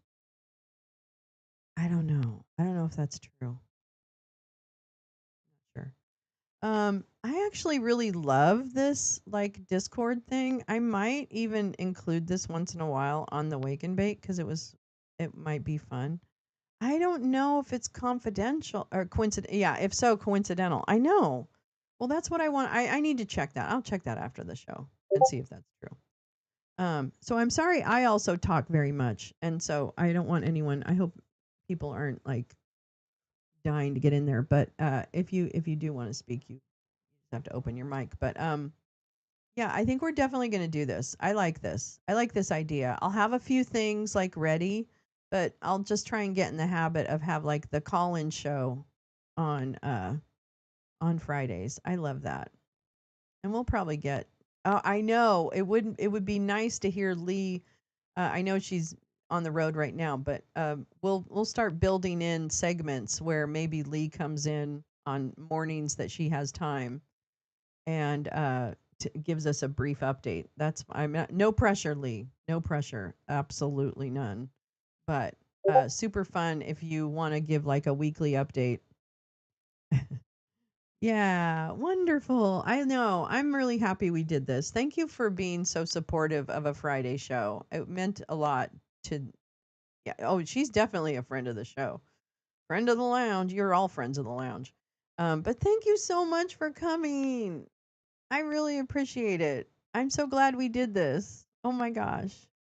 All right. I will see you tonight on Discord for the movies. God knows what we're going to watch, but it's going to be great. Whatever it is, you know it's going to be good.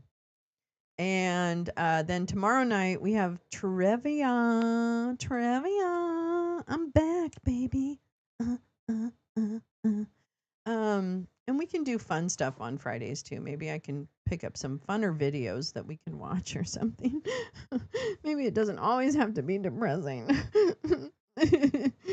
Why did I pick the news to be so interested in? Why couldn't I be interested in like, I don't know. I don't know, puppies or I don't know. All right. Well, thank you. Thank you to my wonderful in-house audience here, the Discord, the green room crowd. Thank you, beautiful souls, for being here.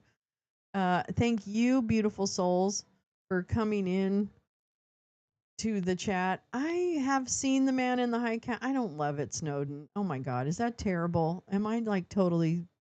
I know there should be more. Well, next time, Neil, we'll have coconut shrimp. That's right. We'll have coconut shrimp next time for the green room. That's right. Okay. There is brown. Oh, we should have like pajamas. Oh my God, Grace, we should have like Lolo's lounge pajamas. I think that's a great idea. I think that's a great idea. I'm going to get right on that. All right. Have a great day. I will see you later on.